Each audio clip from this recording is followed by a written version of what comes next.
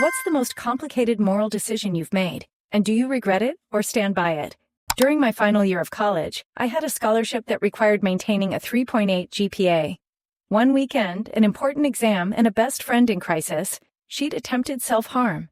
She called me in tears, and I didn't hesitate. I rushed to her apartment, stayed the night, helped her through therapy calls, comforted her until dawn. I missed the exam deadline, expecting the scholarship committee to understand. I applied for an exception, but was rejected. I faced losing my funding. That's when I lied. I told the committee I'd attended a mandatory family funeral. They accepted it and restored my scholarship. Since then, I've carried the shame of twisting truth to protect someone I loved. I needed the money to continue. But at what cost? I saved a friend's life, yet gambled my own integrity. Whenever I reflect on that weekend, I feel conflicting pride, rescue and loyalty, and guilt. My truth became something I couldn't share. And some lies, even small ones, haunt the soul. My husband and I cared for his aging mother.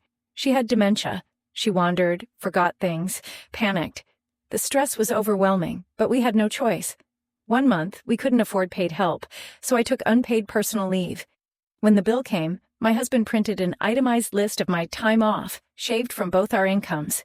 He submitted paperwork and earned small compensation from his employer's hardship fund. I felt used. He'd monetized my sacrifice.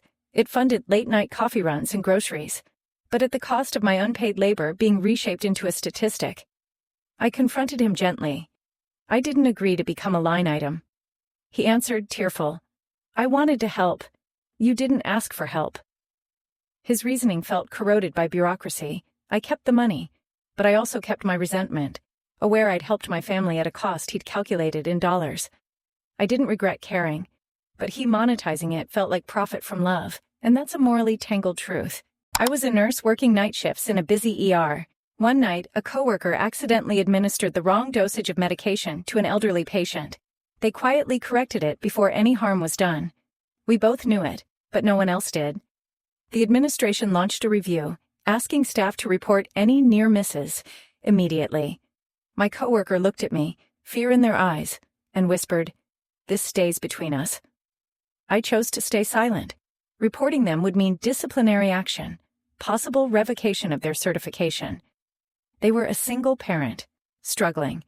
In the days that followed, I watched them break down in shifts, relief mixed with regret. And then I felt it. Ethical betrayal. I'd swung the scales between empathy and duty, and the scales fell on silence. Weeks later, the audit ended with a reminder, not a reprimand. My coworker kept their license. I felt relief, but also guilt. I'd protected someone, yes, but had I betrayed my profession, or the patient? That gray choice lingered every time I administered a drug. At the end of every semester, the university bookstore held a return window. I'd bought a thick textbook for $200, but the class syllabus changed, no more refunds. Yet I still needed the cash. I went anyway, slipped the receipt into the return bin, and claimed wrong edition. The cashier processed the return without much fuss and handed me the refund. Holding those crisp bills, I felt a mix. Relief at the money, fear whispering at the edges. I'd broken a policy but served my budget. In the following days, I justified it. Students got squeezed too often. But guilt grew. I'd taken from the store, which helped underfunded departments. I hadn't earned the refund. It was theft in academic guise. A week later, I found the receipt in my wallet and returned the money in cash to the counter anonymously. The bookstore manager said nothing, but the relief inside me was more about integrity than money. I still think about the faces of students who used those funds honestly. I was proud of doing the right thing, after the fact, but ashamed I'd sunk that low. As a new mom, I agonized over every decision. One night, on a long road trip, my toddler started crying uncontrollably. I'd checked every strap, every buckle, the seat was installed properly, but she refused to calm down. Ahead, a rickety old car seat hanging from a curb caught my eye. A quick judgment. Unloved, worn, but intact. I pulled over and switched the seats, replacing the pristine but uncomfortable one with a battered but familiar older seat that belonged in my grandmother's basement. My daughter calmed within minutes. I had done something right, but also illegal. The old seat lacked current safety standards. I knowingly risked her safety for immediate peace. That night, I slept with trembling guilt. My pride in restoring calm felt hollow compared to what could have been a tragedy. The next day, I bought a certified new seat, donated the old one, and buried the memory of that choice. But I still catch myself at traffic stops, eyes flicking to the back seat, wondering about the line I crossed. I volunteered to organize an art fundraiser. I was in charge of pricing paintings donated by local artists. Most suggested prices, but I tweaked them upward. Just 10-20% on behalf of the charity, I told myself. The night of the event, dozens of artworks sold, some at overvalued prices. The charity raised more money than ever before. I was proud, until I realized one painting went for nearly 3 times its fair market value. The artist, a college kid, later told me she felt weird when she saw her work sold so cheaply on resale sites. I'd lied on her behalf, taken integrity in exchange for profit. I used their trust to raise money, but betrayed their expectations of honesty. I confessed to the board, offered to return the excess, to let the artist choose to keep it. They accepted. We salvaged our integrity, but I never organized an event again, because even intentions can't excuse inflated deceit. My sister got married on a hot July Saturday. I was the maid of honor, responsible for hundreds of details. 2 days before the ceremony, the vintage dress I'd rented arrived horribly stained. In a minor panic, I told my sister it looked fine from afar. I dyed it black myself, hoping the color masked the marks. It worked. Kind of. At the wedding, I was the only one wearing a dark dress among light pastel gowns. I lingered in corners where shadows hid the uneven dye. I felt pride in rescuing the situation, but shame it wasn't perfect. And worse, I had deceived my sister on her most important day. When she hugged me on the dance floor, she whispered, "You saved me." I forced a smile. My heart twisted. I didn't admit the truth until 8 months later. I confessed, "I lied to your face." She laughed, then cried, then said, "I trust you enough to know you did it out of love." That stung less but taught me.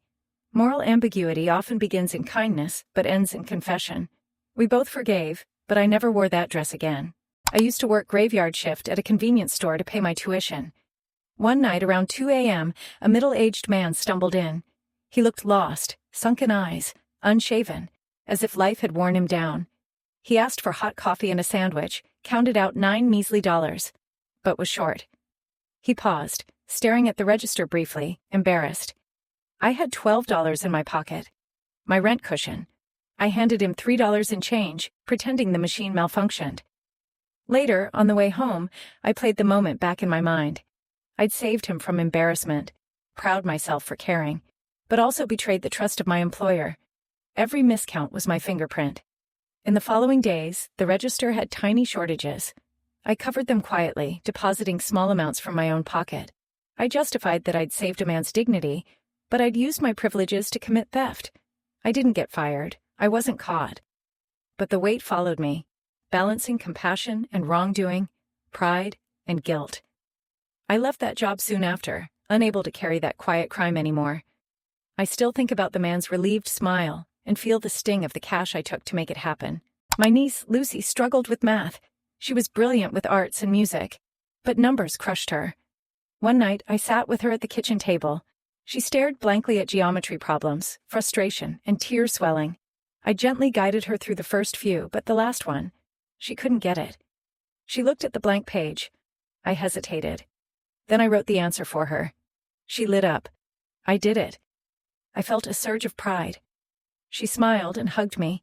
Her success felt precious. But the next day, I got a notification. Parent alert.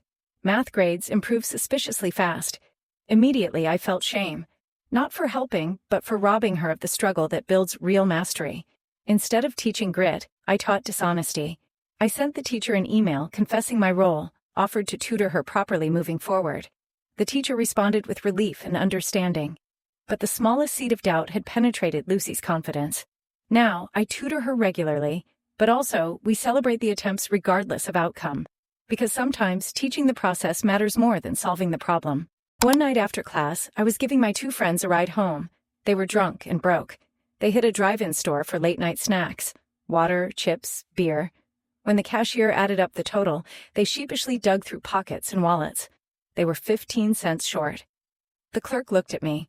I realized it was her second night shift, groceries piling at home.